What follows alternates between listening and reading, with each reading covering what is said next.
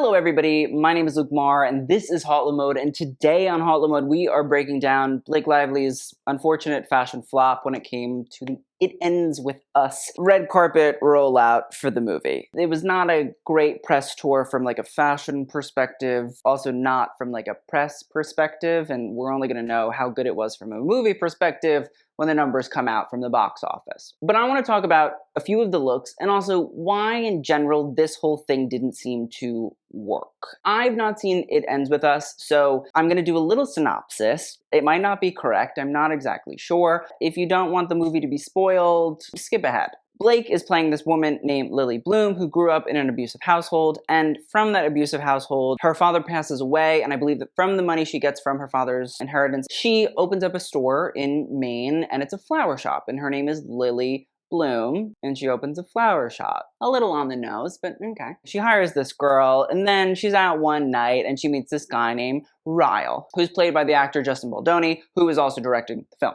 Long story short, they get in a relationship. Unfortunately, Lily becomes the victim of domestic abuse at the hands of Ryle, and so the movie sort of follows her learning what is going on in this relationship, her figuring out how to get out of the relationship, and in the end, she falls back in love with an old love from her childhood who helped her when she was not in a great place in her own home, and they fall in love, and she breaks up with Ryle, and that's kind of the movie. There you go. When I first saw all the pictures of Blake doing a press tour, I didn't know that the movie was about domestic violence. I thought the movie was about a really bad rom-com about a flower shop. When I saw Blake in this Versace look, this red cowl neck cocktail dress with yellow tights and red heels, I thought, okay, it's not great for a plethora of reasons. The first being is like, it's just not a great dress. It doesn't really work. The tights also are really rough. And maybe if the tights were also red florals, it could be a thing, but the neon highlighter yellow florals underneath the red floral dress, it doesn't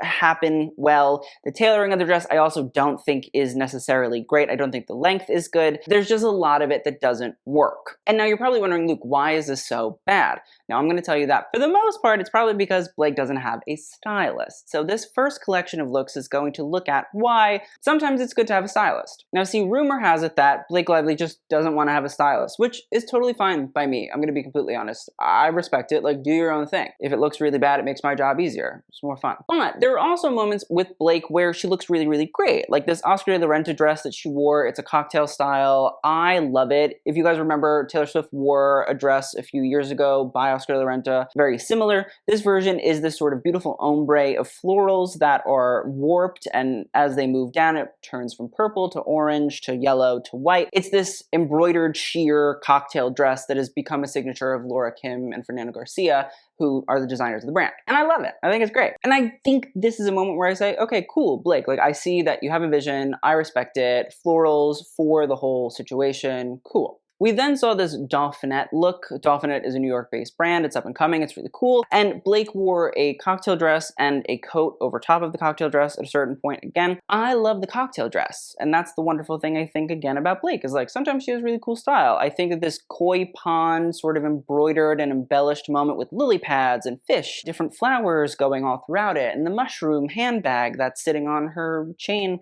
it's just fun. It's cool. I see the vision. But then again, when we put this other jacket over top, this sort of beige crystal encrusted style with, you know, red, yellow, purple flowing down the front, but does not cover the sleeves, I say, not great. And so there are these little moments where things are cool. And then I think because there is not a stylist involved, you lose this ability to have a discerning eye, and if your vision is the only vision really involved, and maybe you're surrounded by yes people all the time, it might hurt other people's vision of you because you're not able to actually critically think about the outfits because you're just kind of doing what you want, which again is fine. That's what you want to do. That's what you want to do. But again, when I see two different Chanel looks, the French tuck jean t-shirt combo in florals with like a blue heel, camellia handbag, it just doesn't necessarily read great or lovely to look at.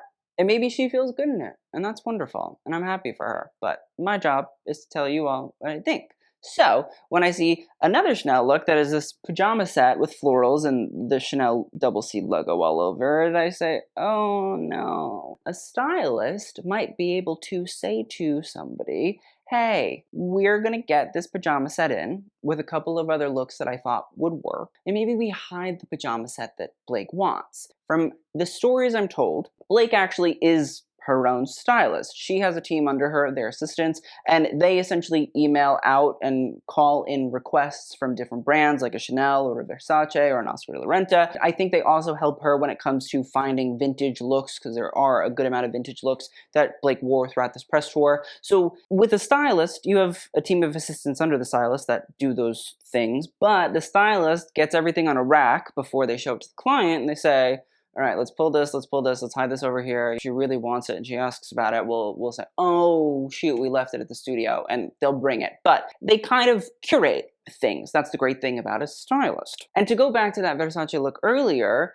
a stylist might say, the tights, let's just act like we never got the tights, or they never came in the package, and we'll try to get her to wear the look without them. There's something about having somebody be a part of that world that helps you say, oh, cool, maybe I didn't need that. But because it's Blake's unfiltered vision, it's not exactly professional. And I look at this Christopher John Rogers look next and say, I think that's really what it is. There's this beautiful halter top with polka dots all over it. It flows down to around the ankle. We have a pair of pants and a jacket that match, and it's a straight off the runway look, which is kind of what Blake likes to wear. But also, again, straight off the runway doesn't always work for everybody. It's straight off the runway. It's a designer's very specific vision of what they want to exude out to the world. It doesn't always mean that it's going to work in the real world. It's their fantasy that they are building, and not everybody and not everything fits within that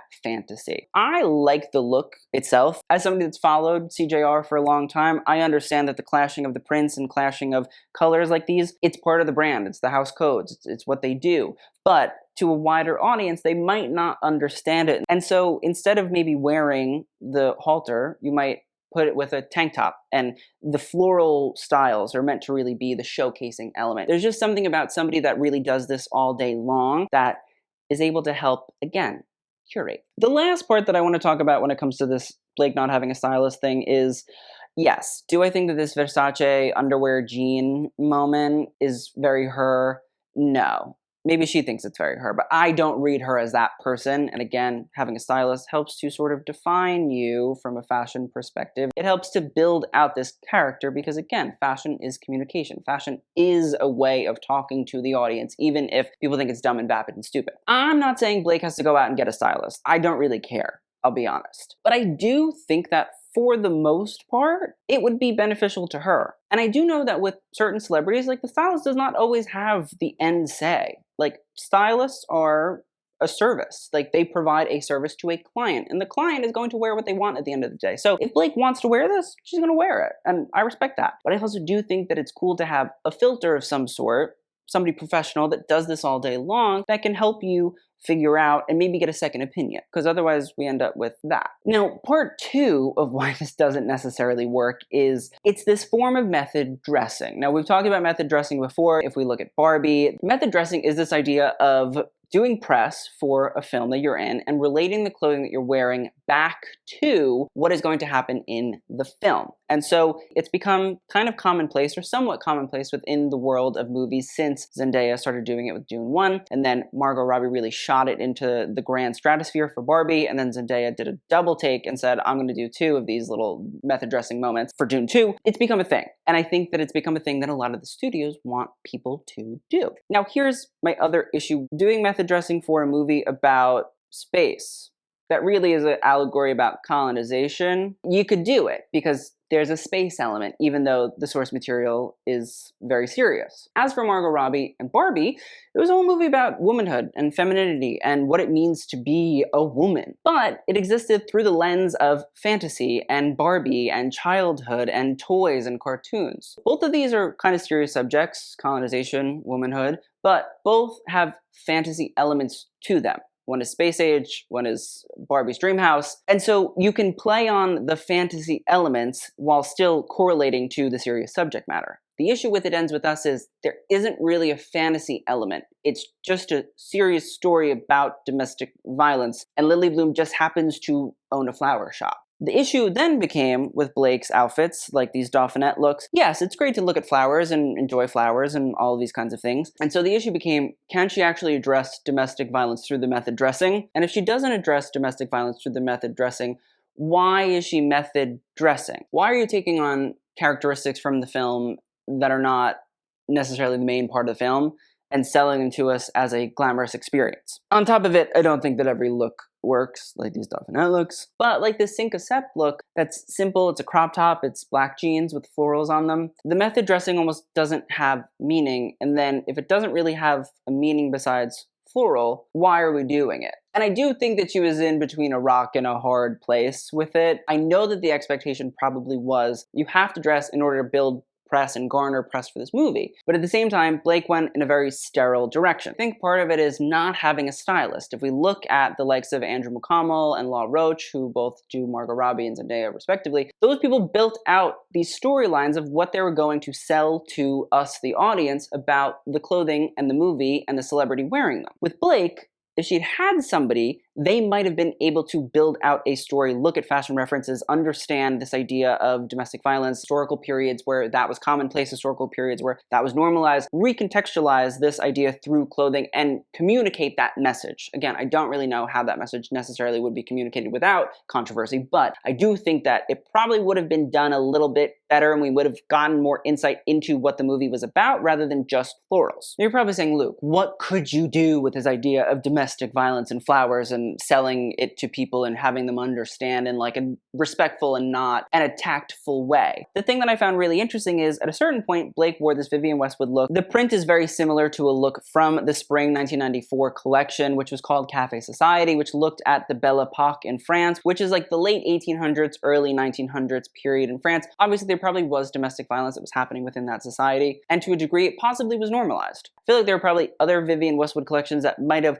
looked at that idea a little bit more in depth. I've been thinking about the fact that there was no pulling or no trying to rejig Alexander McQueen's very controversial but also very iconic collection, Highland Rape. It was a collection that, for him, looked at the idea of England colonizing Scotland, but also this idea of him looking back at being a child of both domestic abuse and also sexual abuse, and sort of taking control and bringing those two different elements together. Maybe that's not what Blake wanted to do, but I do think that considering the source material, something along those lines probably should have been addressed, considering we're doing method dressing. We're using what is happening in the movie to tell the story to the audience before they see the movie. The big issue here really was this might not be the subject to method dress for. Now, before we get into our last section of looks, I want to have a little interlude for this Britney Spears Versace gown that Blake wore. It's something that Britney wore in 2002 to a Versace fashion show, and this apparently is Britney Spears' actual dress. And the thing is, it looks fine, it looks nice, but Blake seemed to have a sentimental reason for wanting to wear it. She feels like Britney really is a person that's very strong and important and in her life. I do kind of see maybe a correlation of some sort of elemental abuse going on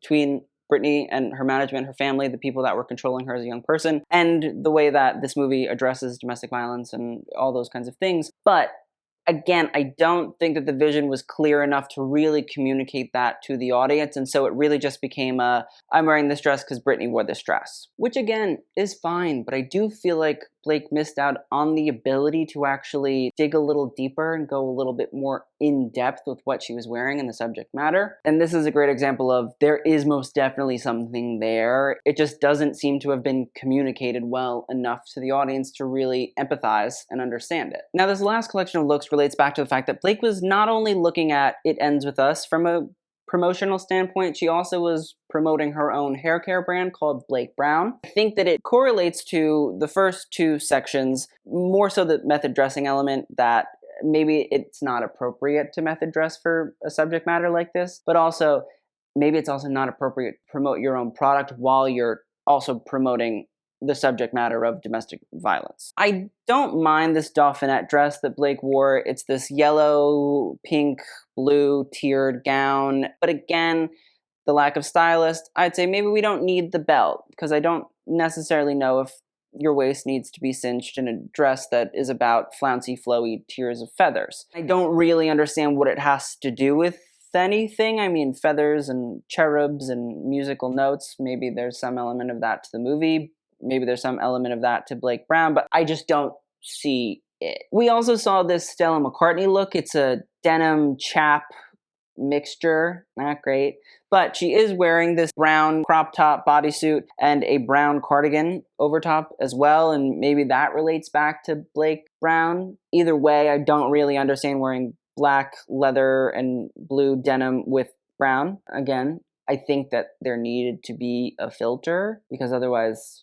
we just get deranged moments like this. Overall, again, I just don't necessarily know if the cross promotion was exactly what was required here, because I think it tainted the fashion messaging and vision. We'll finish off with two looks that I did actually rather enjoy. The first was this little pink flouncy cocktail style. It's really lovely. It's that classic Versace, sexy, boudoir, Versace dress is the mistress kind of feeling, but it has this pretty and pink, chic, Serena van der Woodson-y experience to it as well, with the lace and the swags of this pink silk, you know, the butterfly-esque sort of draping situation that sits in the center. It's really a lovely dress, and again, I understand where, you know, Blake delivers.